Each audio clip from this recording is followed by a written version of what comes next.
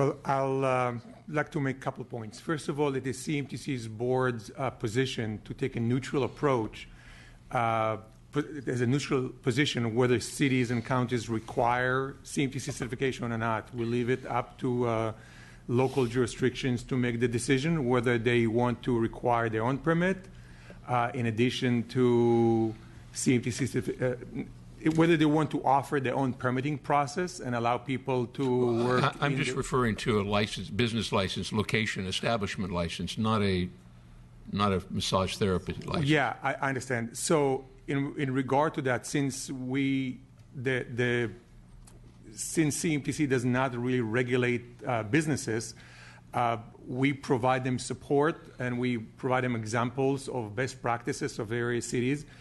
But there is, I believe our board member, Mike Callaghy, can speak to this because there's been a protocol that's been used quite successfully by San Mateo counties and other cities and counties that Mr. Callaghy can refer to, and that is revocable registration. That is proved to be very, very powerful and a very swift way to deal with it. So maybe Mr. Callaghy can address that. Thank you, Mr. Callaghy. Senator Hill, you're absolutely right on the mark here. This is something that every city and county needs to adopt, and that's the revocable registration process. Number one, it lets that city and county know that there's a massage parlor or massage establishment in their jurisdiction, and it does give them a summary process to go ahead and revoke that registration of any illegal massage parlor operating. They would just need a simple proof of that, and they would be able to summarily revoke that registration. That's where all the process comes in. When you don't have that mechanism in place, it is such an arduous process to try to close down a business. This is the one strike and you're done provision that cities and counties can invoke, and they just don't know that it's out there for them to utilize. It is a great advantage, and you can do this. I mean, these places are operating in plain sight, right? These are not hidden places. Every city, every county should know what business is operating illegally. You can simply go on websites and find out who's operating illegally, because these illegal establishments depend and have to have ways to communicate to the public what they're really about. And that's the key here. So when you see that, you simply send in your undercover, you get a solicitation, and they're out of business. And that's what I'm talking about, taking the monetary incentive out of these illegal establishments. When you can go in the first week and put them out of business with one illegal act, you're gonna send a quick message to those illegal operators. This is not the city or county to operate in. Correct. That's the power of licensing and revoking it. And if I may add, we actively are working at this point with the League of California Cities on educating cities on these tools. I don't know if you happen to see the current issue of Western Cities, the League of California Cities magazine. There's an article authored by CMTC educating cities on such tools. And also, we were invited to put up a panel in their October annual meeting in Long Beach to, again, educate city officials on effective tools like what Mr. Callaghy discussed. Very good. Thank you. And just one final, if I could, with the chiropractic board or the profession of chiropractic medicine, do you feel that you're in a unique position to identify trafficking victims? Certainly. Because of the work you do? Do you think that kind of gives you a kind of insight? I think we are. I mean, just the nature that so much of what we do is evaluating an individual for physical injuries and whatnot, that we're very well trained, I think, in evaluating child abuse victims and whatnot. Many of us take x-rays on a regular basis, so we are educated on unique types of fractures and whatnot. I think there could be some better education across all healthcare boards specific to recognizing human trafficking victims. As Dr. Elginer stated, it can present in a myriad of complaints, from pelvic inflammatory disease to psychological trauma. But I do think all healthcare specialties need to have, once again, some specific education based around that, and I think that can be achieved very easily by just having continuing ed providers dedicate a small portion of their classes, whether it be a half an hour or whatnot, to the topic. Yeah, very good. Thank you. All right, thank you. I just had a couple questions as well, and so many places to follow up with Senator Hill, but let me just kind of go back. Well, actually, let me just start with Ms. Underwood, right? Because you had said something when you first started about the Board of Barbery and Cosmetology. I know the board does health and safety inspections, and we were talking, but not really looking at the human trafficking side. So is that something you think would be within the scope? Maybe we expand the health and safety inspections to look for these additional things, and if we were to look for these additional things, then do we require training, and who goes out there? Like, would that be beneficial? Is that something that the committee should be looking at, whether we do it statutorily, or is that something that the board can do on its own? Just your comments. So, what we do look at now, I definitely think there would be a training aspect, because when you see, we've gone into shops and we've clearly known that there's prostitution happening, and we contact local law enforcement. I think with the labor aspect of it might be more of an issue, and I think the people who are working in the industry who may be subject to trafficking are not going to willingly come out to one of our inspectors and tell them. So I think it would definitely, statutorily, I don't think, I think it's definitely something we could look at learning about and doing. I think it's the partnership with the other law enforcement that we would need to improve on. It's not really within our jurisdiction to take any further action. However, I think we need to see signs. If we could learn different signs and be able to report it, that could be beneficial. So perhaps some collaboration with public safety organizations.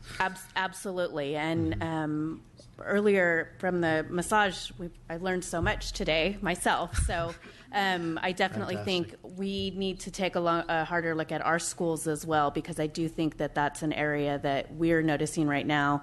We have the same issue of the diploma mill type situation that we're looking at, and it's a huge red flag right now that could be leading into something more than what we thought, just unlicensed activity. It could be definitely a trigger for something else. No. And thank you for saying that. I'm glad that's why we have these hearings, so we can learn from each other, learn best practices, see what we can do moving forward. I know CAMTC tackled some of the diploma mills and some of the issues coming out of there. I'm thinking for barbery and cosmetology, we see more. Well, I've read more articles really dealing with labor trafficking, with nail salons and whatnot. Right. And some of the things to look for, I remember in some of the articles I read was talking about, back rooms where there's 20 mattresses because they're staying there, for instance. So, I just wanted to get your thoughts on that, and maybe that's something we can do, or perhaps we could just follow up and see whether that needs to be statutory. Maybe that's just something the board does. Maybe take best practices from some of the other industries moving forward. And, let's just go back into the massage therapy council, because you guys closed down some of these diploma mills. And is there anything maybe you can share in your experience that would help either the Board of Barbery and Cosmetology or some of the others that will be tuning in and listening as well? Well, I've met with Ms. Underwood a few years ago at her office, and definitely I think I'm due for another visit, so I'll be happy to sit down with her and share some of the issues that we came across. There is a connection here, because there are several beauty schools that do have massage programs that we addressed. So sometimes we deal with schools which are strictly for massage, but some of them actually they're beauty schools that the Board of Barbery and Cosmetology actually authorize. So definitely more collaboration between CMTC and the board is definitely a good idea. We'll be happy to share and to learn at the same time. Got it. And I just wanted to ask you, because it was through legislation that we added the anti-human trafficking organization to be part of the board for CAMTC. Just thoughts on how that's working out, because I know that was done just a few years ago. Well, it's working great. Matter of fact, the executive director of that particular organization is going to be on the next panel, not representing CMTC, but she will be presenting, and we think it was a wise decision, and it's working very well. Okay, thank you. And then I had a question, Mr. Bodea. You'd mentioned you didn't feel like you had the authority, and I know Mr. Azzolino had even talked about Code of Regulations 316, where we feel like maybe you do have some of that authority, and just like CAMTC and the Board of Barbering and Cosmetology, where you have the ability to pull licenses back. It seemed in your statement that you felt like the Board of Acupuncture didn't have that type of regulatory authority.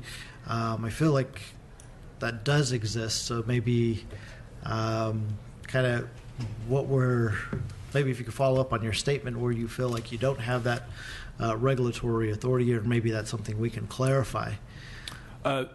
Certainly, I will look into that further. As I understand it, we're putting forward a regulatory package so that it's expressly written in our regulations. But as 1399.450 is written, it doesn't expressly allow for that kind of thing without a conviction. But thank you. I will take a look at that deeper.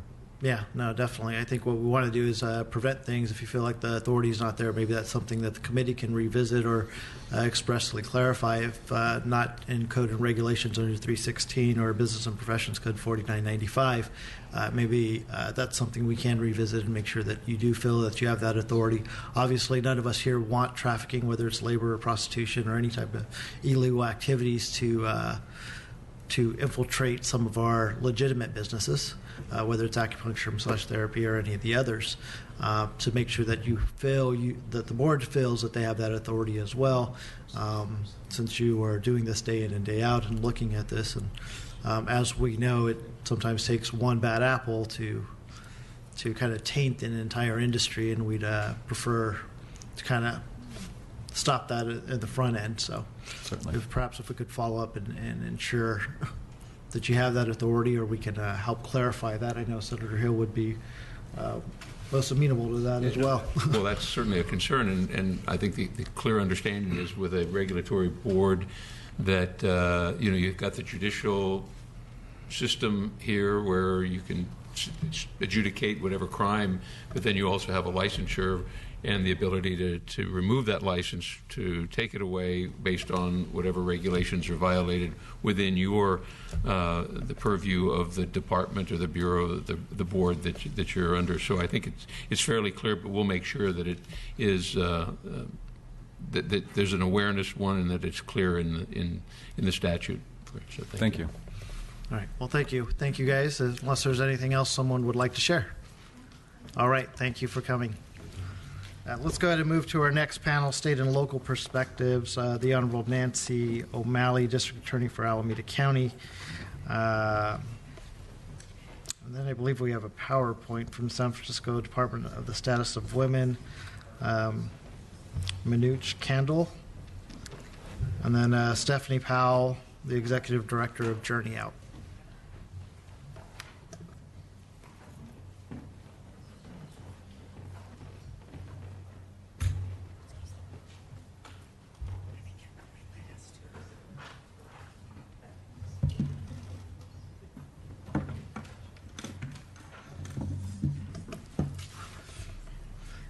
Thank you for joining us today. And if you'd like to begin, Ms. O'Malley, thank you for joining us as well and taking time out of your schedule to be here. Thank you so much, and thank you for having this hearing. It's so critically important. You heard earlier from Ms. Krell that a lot of the research that's been done so far has really focused on sex trafficking, and that there were some research that would indicate that labor trafficking is more prevalent than sex trafficking is. But as we say in my office, that it is a crime that is hidden in plain sight, and that when people look for trafficking, they're often going to find it in the labor arena. One of the things that we've identified, and my office has prosecuted several labor trafficking cases as well as most of the human trafficking cases in the commercial sex arena or in the sex trafficking. But one of the things that we found particularly is that it's not uncommon for foreign nationals to be brought here thinking that they're coming here as an accountant or for some other job. And when they get off the plane, the first thing they have to do is turn over money to the recruiter. And then the second thing that they do is hand over their passport. And that accountant job, they find themselves now in a position of being exploited. Oftentimes in different industries, the massage industry is certainly one, the illicit massage industry, and also in restaurants and in construction.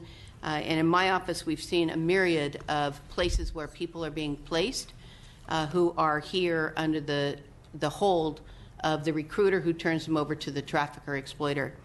It's not unique, however, to foreign nationals because we do have a lot of American-born citizens who are also being forced into labor trafficking for various types of jobs. So I'll just give you one example of one of the first cases that we did that really was focusing on the illicit massage parlor.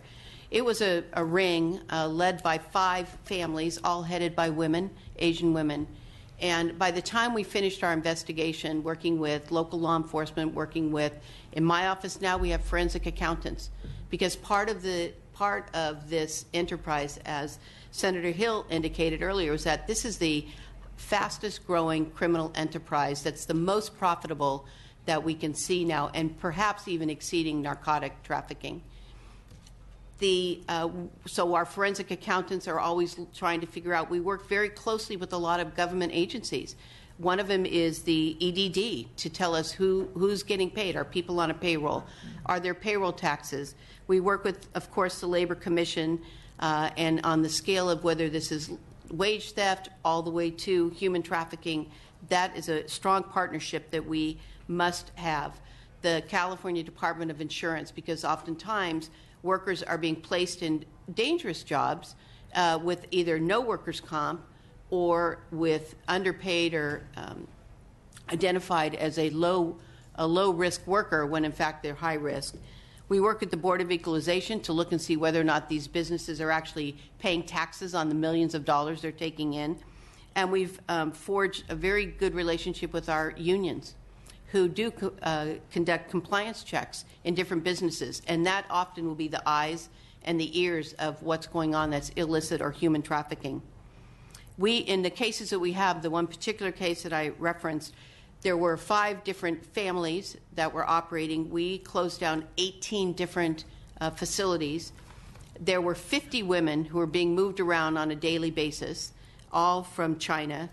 When we separated them away from the traffickers, and that they were all embraced with a victim advocate who spoke their native language, with civil lawyers who could talk about immigration work. We do a lot of visas and work with our partners to get visas, because I think Ms. Krell also said this, that we have to have an aftercare plan for what we do when we take down a trafficker, and we can't just leave people out in the cold. In that particular case, we seized millions of dollars from them, and all of those, the victim survivors were able to get restitution for some of theirs, and we paid back the state of California.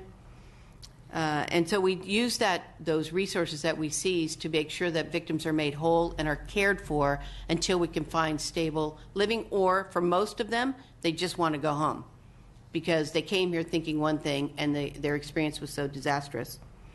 What we're also finding is that for us, that we are seeing an increase in reporting of domestic workers. And in this particular case, one of the areas where we're finding real threats are to unaccompanied minors who are being brought here from other countries, particularly Guatemala, where we've seen. And while they may be attending school, they're also being held in slavery in the house, ordered to do the house cleaning, do the cooking, take care of the children, all without pay. And in one particular case, as you know, Assembly Member and Senator Hill and Senator Bates, that one of the things that I have had the great fortune to do is to create the HEAT, the Human Exploitation and Trafficking Institute. And over the last year, we did a series of 7 hearings starting in San Diego all the way as far north as Redding. And we heard from a panel of survivors who were trafficked as youth from other countries. And the response that they received when they told their teacher, who did the right thing and contacted the CPS workers, but there was not a disconnect. They were never separated away from the trafficker because everything happened with the trafficker in the room. So we have a lot of education to do of industrial workers about, once we recognize it, how we can separate people away from the trafficker who's been controlling them to be able, so that they can speak openly or speak honestly about what their condition is. We have had several massage parlor cases. We've actually written a toolkit for Polaris Project on how to look at these massage parlors, and you heard about the statistics. I'll just tell you that in Oakland alone, there are over 200 licensed massage parlors. In Pleasanton, a sleeper city, there with a population of about 77, there are over 40 licensed massage parlors. And so the police are very busy with their units, really looking at these to see which ones are legitimate and which ones are not. And as someone who goes to gets a massage, I want to make sure that the legitimate ones are healthy and doing well, and the ones that aren't are taken down. And then lastly, we're really focusing on restaurant workers. And again, this is a place where we're seeing a lot of people who are brought here thinking they're going into some profession that they're trained to do, and they're put in a restaurant without pay. We had one case where there were 19 people living in one room. The room was just a room of mattresses and extension cords, and they were all being forced to work. Most recently, we took down a case. One of the restaurants we addressed was in San Mateo County, and there were about 19 workers. And each of these areas, it oftentimes takes somebody who is being exploited to have the courage to speak up and to tell someone. And then it's incumbent on all of us who have the responsibility through our licensing or through our authority to be careful about how we respond, to make sure that we don't endanger the victims of trafficking even further by over moving faster than we should, or being able to put together a serious case.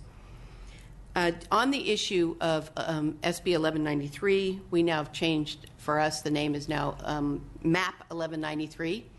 It was excellent legislation that requires 13 types of businesses to post the sign. The legislation actually articulates what verbiage needs to be on the sign.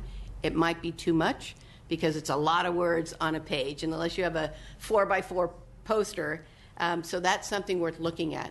But we have gone around and we have now a web-based app so that people can walk into their medical clinic or to the massage parlor or to one of the 13 businesses, the transit place, and look to see where's the sign. I see them at the airport in Oakland because we put them up. But, I go to a lot of businesses and don't see them. So our app now will allow people in the community to go onto the app, find that business, push the red button that says that this place is not complying with 1193. Places where people who are being trafficked might be treated, or people who see something odd but don't quite know what it is can get educated. And through that app, that will send a message to the Consumer Protection Division in my office, and we're advocating this for DA offices around the state, to be able to go in and to enforce the law. Because as you heard from the Attorney General's staff, that the more people know about this, the more they understand, the more they recognize, the more they're going to report. And when they report, we're ready to respond to that. Great. Thank you.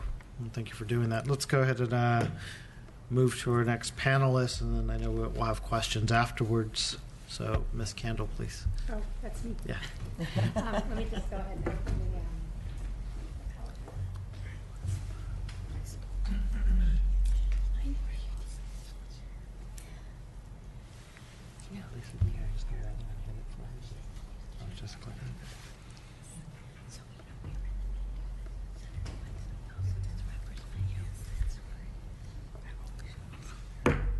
So thank you for having, is this on? Oops. Thank you for having me. My name is Minush Kandel. I work for the City and County of San Francisco for the Department on the Status of Women, where I'm the Women's Policy Director, and I staff the San Francisco Mayor's Task Force on Anti-Human Trafficking, which is trying to improve San Francisco's response to human trafficking. So Maggie gave a lot of information about statistics on human trafficking, so I'll just add what we've found locally. So in the past year, we collected data from about 14 different nonprofit and city departments on the number of human trafficking cases that they were seeing. So this is not prevalence. We don't know how extensive human trafficking is. We just know about the cases we're identifying. And in 2015, we identified 496 cases. There's a big asterisk because our data, like everybody else's data, is somewhat problematic, but we'd like to be honest about it. So these are duplicated, meaning it's quite possible that the police are reporting on the same case as Family and Children's Services or one of our nonprofits because for confidentiality, we just got aggregate data. But still, given that we know we're missing a lot of cases, we feel, okay, this is, at least a start of what we're seeing. This is who participates in our task force, as well as Beverly May from the CMTC participates. One thing that I think makes our task force a little bit unique, San Francisco is a little bit different, is we do have active participation from sex worker rights groups. And so one thing we do try and be clear of is the difference between prostitution and human trafficking. So for minors, any commercial sexual activity is human trafficking, but under both state and federal law, for adults to be trafficked in prostitution, there has to be some element of force, fraud, or coercion. So we do try and keep that distinction clear. So we have focused a lot on trafficking happening in businesses that are fronting as massage establishments. So in our small 49 square miles, we have 220 licensed massage establishments in San Francisco. And Polaris did a mapping where they looked at several of the most active erotic websites where people advertise services and people can post comments about the services that they received. And they found that 36% of the licensed establishments in San Francisco had active listings on websites. So 79 or 36%. Again, we don't know if this involves human trafficking because we're not equating prostitution with human trafficking, but our sense is definitely some of those do involve human trafficking. And we do have an active regulatory system in San Francisco where our Department of Public Health inspects all of our licensed massage establishments. They have to go through a whole permitting process with the city. And so in 2015, this just gives you a sense, they conducted 563 inspections. They issued 272 violations. Again, not all of those are connected to human trafficking, but I put in yellow and red the ones that could be. So 134 were for unlicensed practitioners, and then the ones in red, prohibited living quarters and locked doors. So those are pretty big red flags that possibly people are being kept in the facility against their will or they're living there. So you see there were 53 for prohibited living quarters, 31 for locked doors. Those are the violations. They obtained much fewer suspensions, but again, one was for residential sleeping, one was for illegal and lewd acts. So I think everyone here is old enough to remember this game from when before there were video games. This is whack-a-mole. A problem that we get complaints about is that we will suspend or close down a facility and then the same owner will try and open up in a different place, or someone will be closed down in San Mateo County and then the next day they'll apply for a permit in San Francisco. And a gap we've found is that while CAMTC is very good about letting people know if an individual has had their permit suspended, in terms of a business, we don't have a great way to keep track regionally. If Alameda closes down a business, how do we know in San Francisco if that same owner applies? So thinking about how we could create some sort of regional database where consumers or local governments could check and see whether businesses have had problems being suspended or closed would really help with this problem. Because again, CMTC doesn't regulate the businesses, they just regulate the individual practitioners. So again, it was mentioned some of the Polaris data on what are the professions where there's the industries where they're seeing the most labor trafficking. This is from their national data. The top three were domestic work, traveling sales crews, and restaurant and food service. I want to put a plug in here for the Domestic Worker Bill of Rights because as we see domestic work as one of the areas where we see labor exploitation, and human trafficking is just on the extreme end of labor violations. So when we strengthen our overall labor rights for people, we're going to be helping human trafficking survivors. And the Domestic Worker Bill of Rights is up for reauthorization to remove the sunset. And so I really think it's important to keep that in place to protect our domestic workers.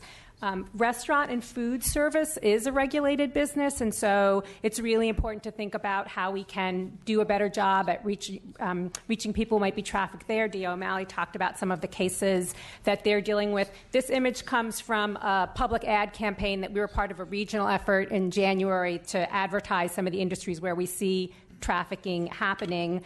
There are two ways to think about how to encourage industries to do a better job of getting the information out about trafficking that might be happening. So one is obviously requiring them to train their workers.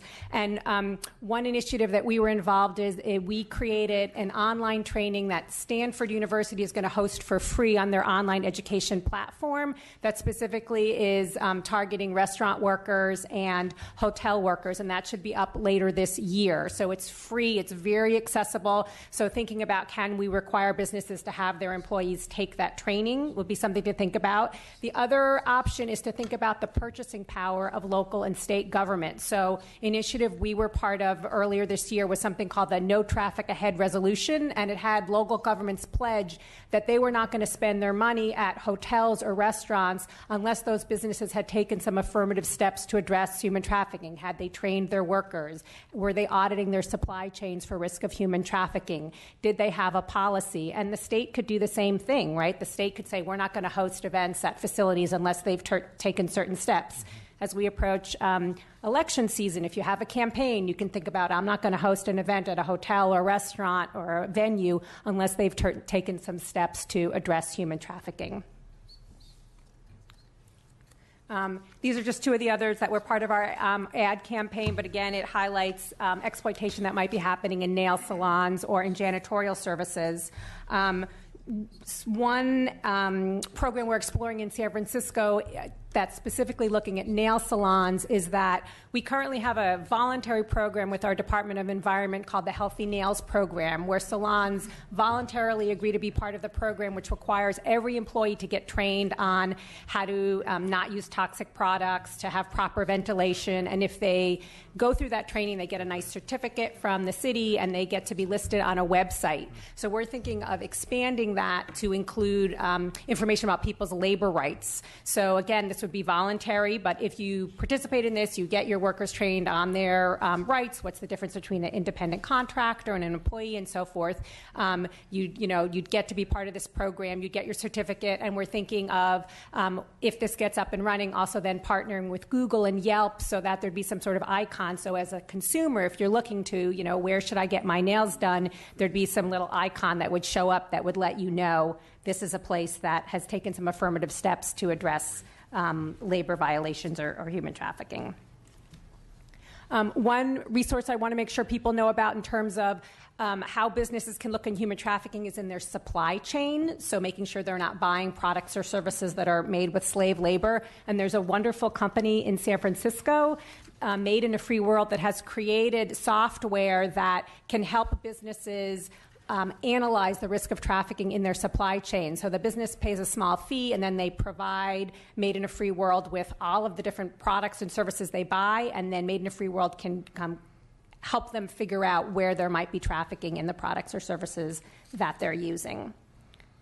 So again, just to summarize the three different ways I think you can think about how regulated businesses can address human trafficking: training their employees, and that could either be required through legislation that requires the industry to do that, or through contracting, so that if you want to, the state is going to spend money on a particular a product or service, that company has to have trained their workers. And the federal government does that through its contracting. And then, of course, we've heard earlier today how regulating bodies can help keep track of problematic businesses, make sure that's information available to local governments and consumers. And then we've had some great information about it, including information on labor rights as part of the licensing process, whether that's through the regulatory body, if there's a local licensing agency. In San Francisco, one of the things we're doing is we do have a process where people can apply to get a massage permit from the city if they don't go through CAMTC, and we now have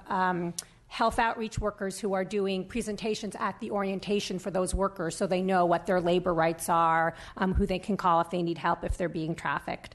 And then finally, the auditing of supply chains. One final point I want to make.